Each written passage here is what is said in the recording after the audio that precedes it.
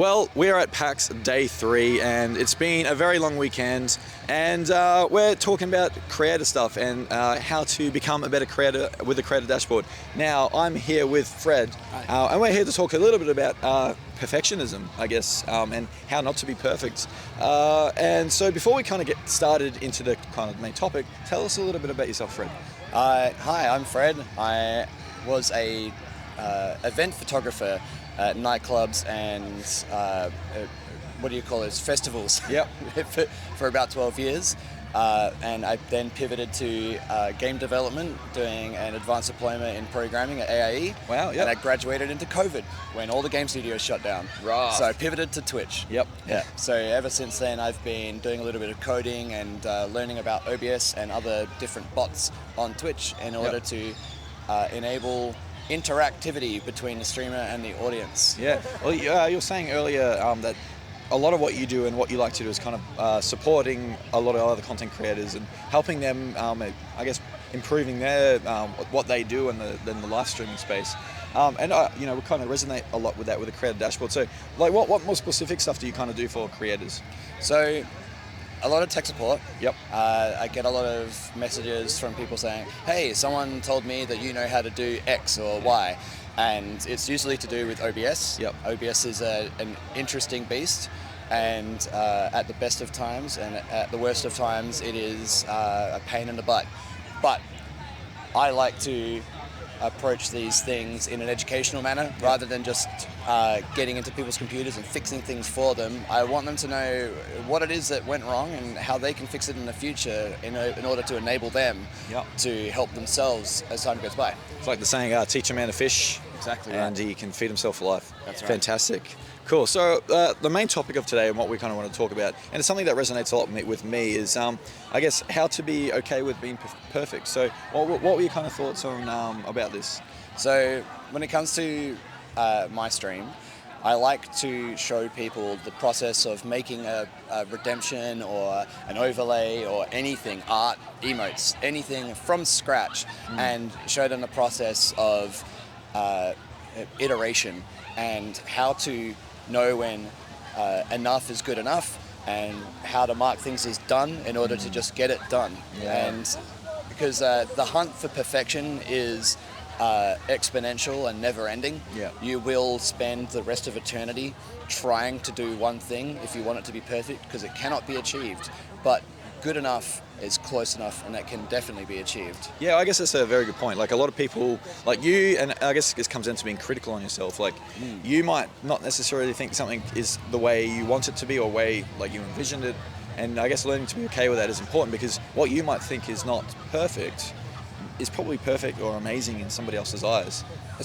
Especially like if you're just starting out, or you're someone who is totally in love with a certain thing like photography or streaming or so on and so forth. You'll have the people that you aspire to be, and you've got to realize that those people have people that they aspire to be, that they feel they'll never get close enough to be near, or are flattered when that person turns around and says, like, "I like your stuff, man." Yeah. So we're all really on the same journey. We're all really, while we maybe have differing skill levels, we're all really feeling like we're not good enough, or what we've just made isn't quite what we wanted it to be, even if we're really happy with it. We're like, but it could be better. Yeah. And yeah, it could be better. That's the process of iteration. Yep. But you can't say that could have been better if you didn't do it, Yep. if you didn't finish it and send it. Okay. So what's something more specific? So iteration is a very important thing when it comes to developing anything. So what's something that someone can do to help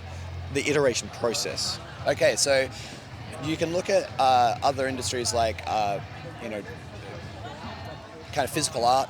They'll always start with a rough sketch. Yep. And that's super important. Or if you look at game development, they'll always start with ideation, which is where you get a blank scene and chuck a couple of objects and a character in there and see if that idea works. Yep. Once you get that, then you can start adding things to it, or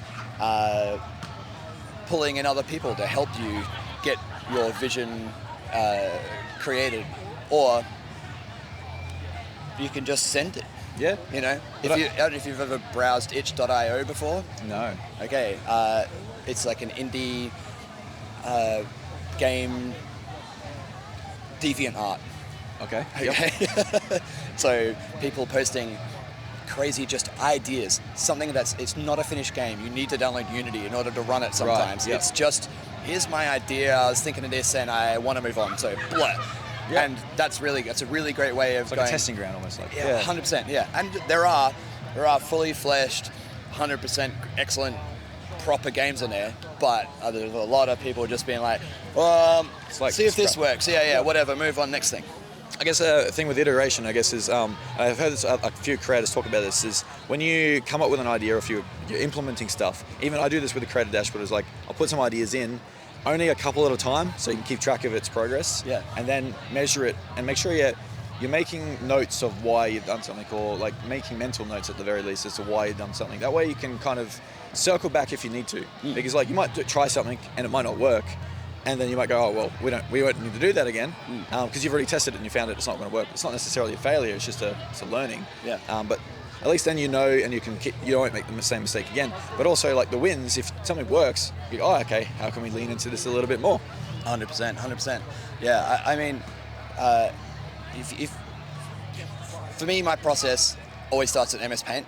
Yep. And you might have seen other creators, like bigger ones like Thor on Pirate Software. I think that's like what's made him so popular, is just like he pulls up the MS Paint and he's on it. He does that because that is a programmer thing to do. Programmers are notoriously bad at art. But we need to visually convey a lot of our ideas to people who are bad at programming. So MS Paint is the translation layer between programmers and artists. Yeah, fantastic. And it's an easy way to just quickly scratch out an idea and show it to people. For me, I've even used it in production, in my OBS, where I've just filled a canvas with all green, drawn my overlay idea on it, and then just chucked it straight into OBS and keyed out the green, and it's like, okay, overlay done. Moving on. Yep. Ideas done, let's work on the stuff behind it. Yeah, so actually start putting it into production. Yeah. That's really, I guess a very good example of iteration is this podcast. So ages ago when I first started creating content, I did Quick Save Gaming, and I did interviews with content creators, and it was a bit of a proving ground. It was a new idea for me. It was somewhat on the same idea, sharing information between creators, but it was a bit more like there was a few things a lot of things I learned from that. But one thing that came back and what kind of triggered the creator dashboard is that people asked me why I stopped, and they were telling me that they enjoyed it. It's like, all right, well, there's an idea there it's been tested. Let's build on it some more. So I guess that was the testing ground for me too. Yeah. You have to be okay with the idea that the first thing you make may not be the best thing you make. Yep. And nothing has to be the best thing you make.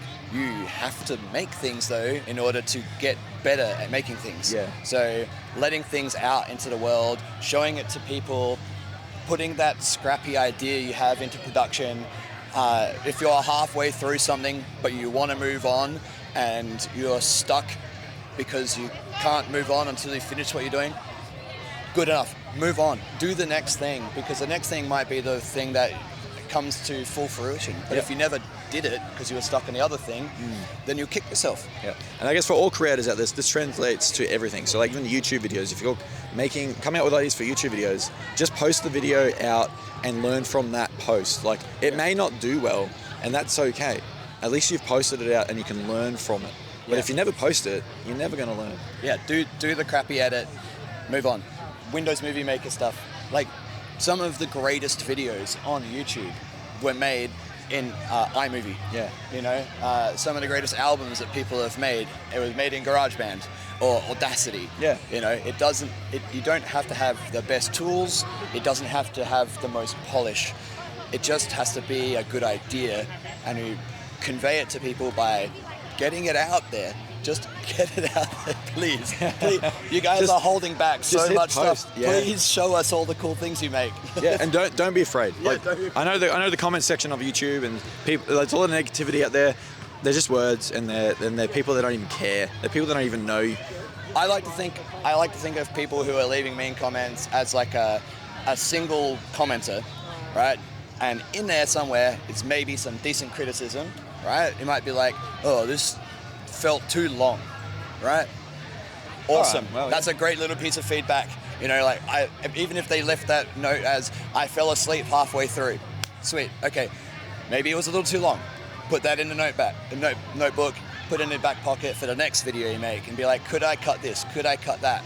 A lot of the time, what you're making is a result of what you left on the floor, rather than what you tried to cram into it. So, yeah, again, iterate, make a thing. Next thing you make, think about that. Think about how you could make that better, but always make the thing. And publish it. Yes, yeah. and show it to people. Awesome. All right, so what's one piece of advice you'd give to creators? Make the damn thing. All right. Now, because we're on a learning journey, Yes, did you have something else from that? Yeah. Yeah, okay. Like, wherever you are in your journey, if you're starting, if you're working with a big company and you're doing awesome promo stuff, if you've been doing stuff for 7 years and you have only just hit 1,000 subscribers on YouTube, it doesn't matter. You're on your journey. Keep iterating. Just get your idea, scratch it out, work on it, show it to people. And I can guarantee you, it'll start attracting attention. You'll start getting eyes on your stuff. You'll start getting feedback, and you will improve. But you won't improve if you don't make. I love it. All right, because we're on a learning journey, what's Okay. something that you would like to learn more about? Me? I would love to learn about how to turn what I do into a job. I need to figure out for me, for all the random stuff I do, how I can make that into something that doesn't just take up my time, but also helps me live day to day. Yeah. Well, I guess to look at this from a different angle as well.